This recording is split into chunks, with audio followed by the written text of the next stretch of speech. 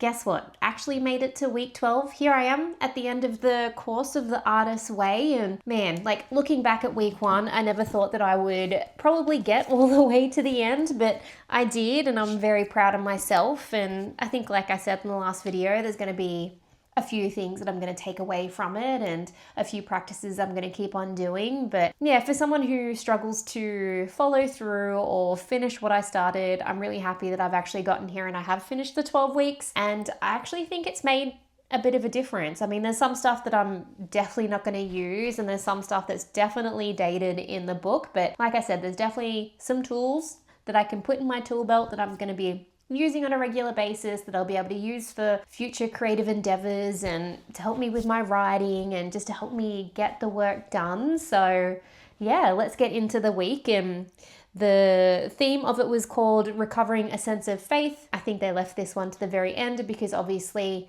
it's more about, well, what I think about, it's more about recovering that sense of faith in my ability to be able to create or to be able to write. And it's just kind of like wrapping it all up into one. So with some of the themes and then with some of the tasks and stuff you get to revisit or you kind of like redo. Overall though, I really am happy that I got to the end. So they talk about trusting, talks about mystery, talks about imagination at play, talks about escape velocity. So with trusting, we create our own resistance. So self-destruction for a sense of control. So it's just understanding what that is, and then trusting your own inner voice and guide. And then trust is knowing there will be spurts of abundance and long spells of drought. So it's just understanding and trusting yourself that you will get through that. And it's knowing that there is a path and you just need to keep on going, trusting there is something more around the bend. And then it just finishes off by saying, by trusting, you learn to trust. So again, throughout the whole entire course of the 12 weeks, you learn to be able to trust your intuition, trust the work, trust the process,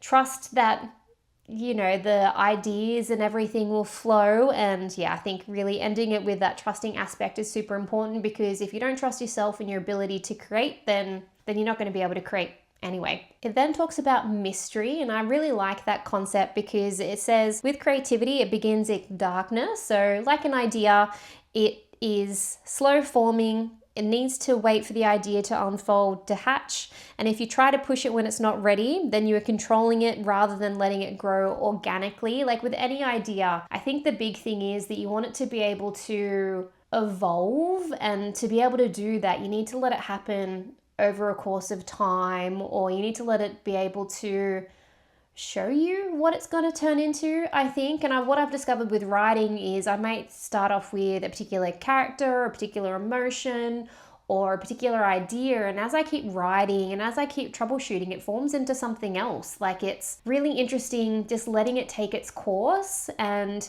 like some of those previous ideas, I'm not going to let them go to waste, but I think for what I'm writing at this time, like, it's not suited for it. And I just like the idea of letting it just happen organically and letting it happen naturally. And yeah, it's about, and I like it here, it says it's a process to surrender, not control. So you don't want to overly control the ideas that are forming, because then it might not be authentic. You might just be trying to force something that shouldn't happen to begin with. And then you want to be able to cooperate with the process and not force it. So again, it's just trying not to control it, trying not to force things to happen. Like if you are having a drought season, or if you're in a flow, again, it's just about being within that mindset and being within that flow and just letting it all happen, rather than, trying to make something when it can't happen, because again, then you're not going to be happy with it. And that's where the doubt will creep in, and that's where you start to criticize yourself, and the confidence and all that kind of stuff will go out the window. So again, it's about letting it take its time. And I think that's a big thing for me, because I think, I have these goals and I want to, be finished by the end of the year, or I want to be able to write a certain amount of words by the end of the week. And if it's not going to happen, and if I'm trying to force it, then I'm probably not going to be entirely happy with what's going to happen. Yes, I'm going to be showing up and doing the work and sitting down and trying to contribute to what it is that I want to do. But again, I just don't want to force anything, because yeah, then it's not going to be my words, or it's not going to be from me. It's going to be something that I'm, not entirely happy with. So yeah, I like the idea of it just letting it happen organically and naturally and seeing where it kind of takes you. With the imagination at play part, I really like it because the experience of creative living argues that hobbies are essential to a joyful life. And for someone, I guess I used to have like a lot of hobbies and a lot of things that I used to do, and it's sort of just slowly sort of disappeared. And then out of the course of the 12 weeks, you kind of rediscover the hobbies that you used to do or things that you used to love doing. And a lot of the times they're like based in fun and they're based in play. And it says here that many hobbies involve a form of artist brain mulling that leads to big creative breakthroughs. And I think that's the whole idea of having the artist dates and everything, because whether it's a pottery or painting, or it could be just a walk or photography or anything like that, you be present, and in that presence you start thinking and you create ideas and you have that experience. And like in the previous chapter, my life is my art, so when it gets dull, so does my work. And I think hobbies help life not be dull. Like, it's just something fun to do and something to look forward to, and it's something that's different than the mundane 9 to 5 job that might be happening. And it says, like, to serve the hobby, you are freed from the ego of demand, and it helps create a new perspective as well. So it's trying not to do the same thing over and over again, and having these creative pursuits or these hobbies and things that you can do that can widen the perspective and widen the mindset, and you just get to have a little bit of fun. And when you have fun, that feeds the inner child artist and that fuels your creativity, like this whole big cycle. And yeah, hobbies, fun, all that kind of stuff is super important, that I'm finding that not only helps like fill my cup, but it helps that creative cycle, and it helps think of new ideas. And yeah, like there's just a big benefit to it in general. And to get serious about taking ourselves lightly, they say it's a paradox, and it is, because you don't want to take yourself too seriously. You want to be able to have fun, but you also have to take that part seriously as well. Like, you want to take your artist date seriously, and you want to be able to, I want to take my writing seriously, but you also don't want to take the fun out of it. So again, it's like this balance of making sure you're setting up the system and you're setting up the process so that fun can happen or that spontaneity can happen. But again, you need to have like a system in place to be able to do that. So you need to plan for the fun, or at least create the space for that fun. Yeah, it says, you must work at learning to play and then discover creative things you used to do and then do them again. And that's probably one of the things that I really liked about some of the tasks throughout the previous chapters, was just rediscovering things that you used to love and then really diving into the hurdles of why you don't do them anymore, and then just really pushing you to be like, well, why can't you do them now? And it's never too late, and you're never too old. And yeah, you can just do all these things over and over again. And if it wasn't for that, I might have not rediscovered some of the things that I used to love doing. Like, I forgot I used to draw all the time, and even something as simple as like going for ice skating that I used to do as a kid. Like, all these things are fun and they're all joyful. And again, it just fuels that cup that you need full, so then you can pull out your creative ideas, or just be able to sit down and just write for long periods of time, or whatever it is. I just like it because it says, like, life is meant to be an artist date. And again, it's that quote that I keep saying, my life is my art. When it gets dull, so does my work. I know I'm saying it a lot, but it just really resonates with me. I just want to make sure I'm doing something. It doesn't have to be every single weekend, but I just want to be doing something on a regular basis so I can keep pulling inspiration from my life. And also, it just fuels my soul, and it just fuels that aspect of like self-care and things like that. Like, it's just something that I don't want to forget. And yeah, I'm not too old and it's not too late. Like, all these things are possible. And yeah, that's one of the big things I'm actually going to be pulling away from this is artist dates, have them on a regular basis. And then obviously morning pages I'm going to keep doing. I really like the particular morning pages more than my old style journaling. The last aspect it talks about is escape velocity. So it's external doubt that can test, and it's the test that creates a stronger creative desire. And the trick is to not let them in and hold the intention within yourself, manifest what you desire, speak it out loud, and someone can influence you. So you want to make sure that when you are manifesting that desire, that you keep it inside, because that's for you. That's for your own strength. And if you do want to speak it out loud, just make sure you voice it amongst your allies and not those people that will criticize and not those people that will judge you or anything like that. Again, some of the previous like exercises, it asks you to identify like who is in your corner and then who's out there to test you, test your strength, who's out there to, I guess, not be your friend and just want to be competing with you, or almost like stopping your creativity and creating that self-doubt and enhancing those blocks and those hurdles and stuff that you have. So understanding who's in your corner,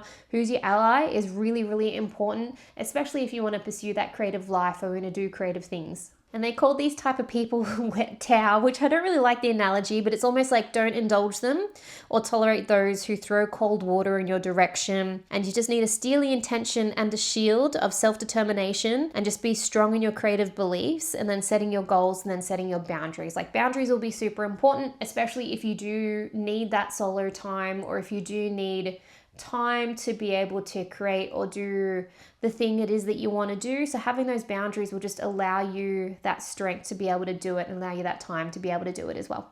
The last chapter actually wasn't that long. There was only really 4 points of topics and things that they talked about with it. So then when going through the tasks, some of them were a little bit like weird or whatever it is, and I'll talk about those ones. But the first one was just writing down any resistance and angers, and it's just, I guess, rehashing some of the things you would have done in the first 2 or 3 chapters that they had there. And again, it's just the opposite of the affirmations that you would have done. So whether it's being not good enough or not being able to finish things, or like I'll never write a book, or I'm not passionate enough. And then it also says look at the procrastinators that you have. So what's the payoff if you continue doing that? And then locating any hidden fears, and then you write those down. Having a look at negative beliefs. So then what you really want to do is go back and read those affirmations that you've done in the beginning. I really do look at those every now and then when I have that doubt or when I have that drought. And it's just more about understanding that every time you have one of those negative thoughts, or what they used to call them was blurts,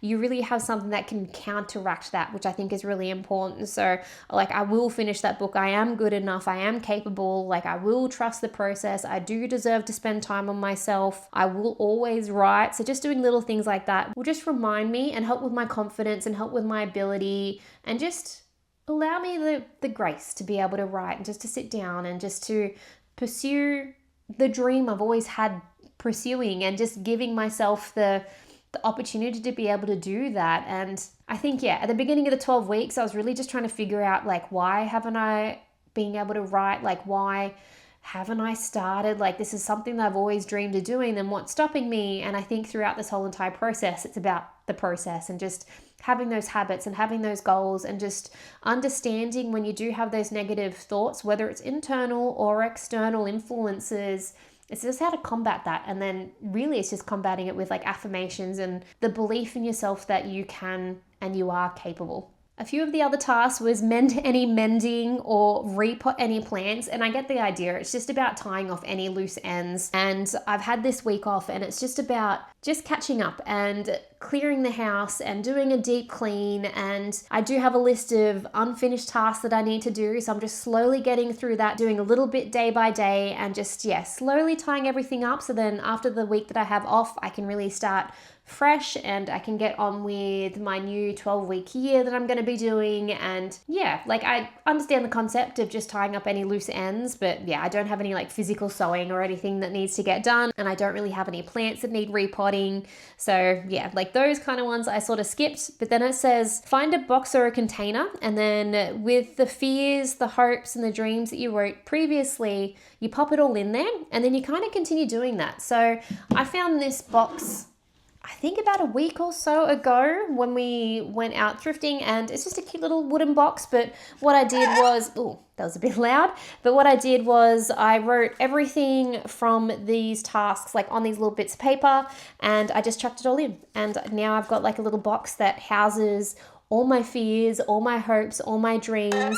And what it says in the book is like the God will like take care of it for you or whatever it is. But I kind of just like the physical aspect of putting it all in here. And if I ever need to go back and read them, I can. Or if I do have like a negative thought, I can write it down and put it physically in there. It's almost like chucking it away. Or put it in there, and then my affirmations or my hopes and dreams will like kind of combat that or like safeguard it in a way. So anytime I do have something like that, I'm going to pop it in there. Or maybe it could be something I'll rediscover later on. And if I am during a writing drought or whatever it is, I can just look into that box and be remembered by some fears that I had that may not be relevant anymore, or just be reminded by my affirmations and my dreams and my hopes and everything that it is that I want to achieve. And I think it's just that aspect of having something tangible really works, and it's just that active, like writing it down and then almost becomes like real, or maybe it just that off the mental load or something like that. So yeah, like with these tasks, some are good, some aren't good, some are dated, some are pretty relevant, but I think it's just the mix of it all. And again, you have so many to choose from that you just take what resonates with you the most. Then the tasks finish up saying, what do you want to create the most? And again, I wrote down that I want to do the book and want to write the book, and then just making sure, I don't know if it's a real statistic or not, but it said something like, out of the percentage of people that want to write a book, only 3% actually end up finishing and releasing it. So ideally, I want to be part of that 3%. Like, I want to be the person that finishes it and publishes it and put something out there in the world. And I don't want to be one of those like forgotten scripts or forgotten like drafts or whatever it is. Like, I just want to be able to follow through on my goal and on my plan and prove to myself that I am capable and I can do it. And I don't want to stop at the one. Like, I want to write many. It's just something I want to keep on doing. I think it's just good to like revisit those goals every now and then and just remind myself that is I want to do, and I'm not going to lose sight of it. And then I asked you to list 5 people that will support you. So I just listed my partner and my family. They will be able to support me with my goals and my dreams. And then it says to reread the book or share the book. So I don't think I'm going to reread it, because kind of technically the second time that I've read it, because in the earlier videos, I did listen to the audiobook version, but having that audiobook version, you couldn't do the task like while you were driving or whatever it is. So I think it's just that reminder to have it there. I've got all the important stuff highlighted and sticky tabs. So if I do need to go back and remember something, I can kind of almost read the cliff notes maybe, or it could be months or maybe a few years down the track and I'm at a standstill again, and I can always revisit and then come back to that point in time where I did have that spark and I did have that inspiration, and I'm like, oh yeah, I do have these tools that I can use to combat that. And I think it's just, I'm not going to get rid of the book. It's going to sit on my bookshelf, but at least I'll be able to reference it if I ever need to. Okay, final check-in. So with the morning pages, I did 5 out of 7 this week. I'm going to say I didn't have a lot of time. Like, I did have time, but again, it's a very busy week. Sometimes work does take over, so I do need better boundaries when it comes to that. Then it asks, will I do them going forward? Yes, 100%. I'm going to keep doing them. What was the experience like? So very beneficial. And I like the idea that they are how you make it. So whether it's I want to sort out my day, I want to dive into an emotion or an experience, I want to plan the weekend, I want to workshop a character or an idea. Like, the whole idea of it all is just free flowing. I mean, the whole concept is like a stream of consciousness anyway, like no rules. And with my older journaling, like it was just all over the place. It got a bit lazy. Like, I just sometimes did 1 page, or I just wouldn't write at all. And that's just what I really like about the morning pages. You just get to work things out, and you're not limited to 1, 2, 3. Like 6 pages is a lot to work things out, or 6 A5, 3 A4s, and that's plenty. And I can always go over if I want to, and it's just something I'm going to keep taking with me. Probably only will ever be able to do most of the time 5 out of 7 as a minimum, but if I get in that extra day, I get in that extra day. But morning pages is probably one of my favorite things that I got out of this, besides like artist dates. So with the artist date, I stayed at home this week and I was doing more of a paint by number set I got a couple of weeks ago. It's a very intricate paint by number set, and it's going to take me a very, very long time to finish, but I do like the process of just trying to like color in like the tiny little numbers and things like that, and just watch a movie on in the background and just be able to relax. It was a very busy weekend with Mother's Day and everything, so just having that time to chill out and do something for myself was really nice. And it asked, will I keep doing this going forward? And then yes, I'm already planning the next few weeks, and I'm really going to treat it like a self-care day, even though I could be doing something artistic. But I think a big thing is like, I just really want to feel refreshed at the end of the week, and I don't want my job to burn me out, where this is the benefit of those artist dates or those self-care dates, is it's just going to help me refresh, fill my cup, and then help me with the motivation to write, because if I am burnt out, then I'm not going to write. I'm just going to want to be able to zone out and just chill out. So I just want to make sure that when I'm doing these things, it is giving me that energy to be able to do it, because I want to be able to pull from experiences. I want to be able to pull from life, and I want to be able to make sure that my weekends aren't wasted or I'm just working nonstop. And yeah, again, like, it's not an excuse, but the artist dates almost give you an excuse to get out of the house or do something different or do something interesting. And yeah, like, it's both morning pages and artist dates are the two biggest things I absolutely love from the Artist Way. Like, they're very, very good aspects to be able to work through your ideas and be able to give time and give back to yourself to then pursue and be creative and have inspiration and all that kind of stuff. So two very, very important things. Any synchronicity this week? So I've spent a lot of time planning out my calendar and the best time to write and when I have the most energy. And I think with the last 12 weeks, it's really helped me set up that rhythm and that confidence to write. And like, it doesn't matter if it's any good. It can just be the first draft. But I think the whole thing about with the Artist Way and with working through the exercises and reading the chapters and reading these little stories, that it's all meant to inspire you to just do something that's outside of your wheelhouse or do something that's a little bit different. And I think with the overarching theme of it all, the synchronicity can just happen naturally. And I think that's the whole point. Like one of the previous points, you can't force it. So I'm just going to be open to anytime that I get inspiration for an idea or anything to write, that I'm going to say yes to it and not just try to shut it down completely and just allow it to flow through me. And then any issues, so busy weekend, although I had the markets out the previous week and I was out of the house, which is what I wanted to do, it was still local. So I want to make sure I'm venturing out that little bit more, going a little bit outside my local area, I think will be a big thing. And then that way I'll be able to be inspired more. So with my artist date, I want to make sure that I am doing different things and I'm not just cycling the same things over and over again. Like, it's okay to do paint by numbers again. It's okay to do like pottery and stuff again, but I want to make sure I'm still doing different things, because although like some hobbies and stuff are good, I just want to make sure I'm just making it more versatile. So then I'm not just getting like the same thing like back to me, if that makes sense. So yeah, I think with the issues, I just want to make sure I'm doing different things all the time. And then that way, again, I'm going to be able to fuel that inspiration and make my life that little bit more exciting, or be able to have more things to like talk about or more things to write about, which I think will be the big goal.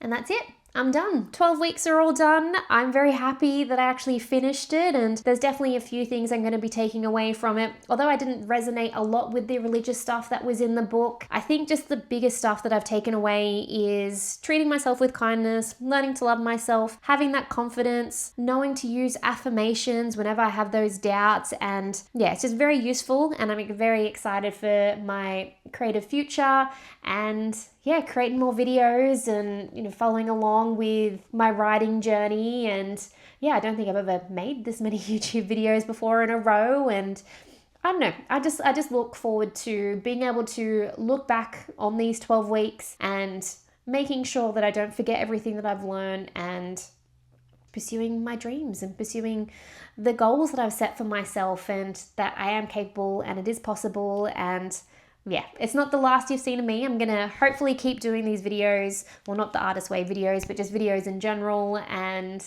again, I'm just happy that I've finished it, that I followed through. And yeah, I look forward to what comes next.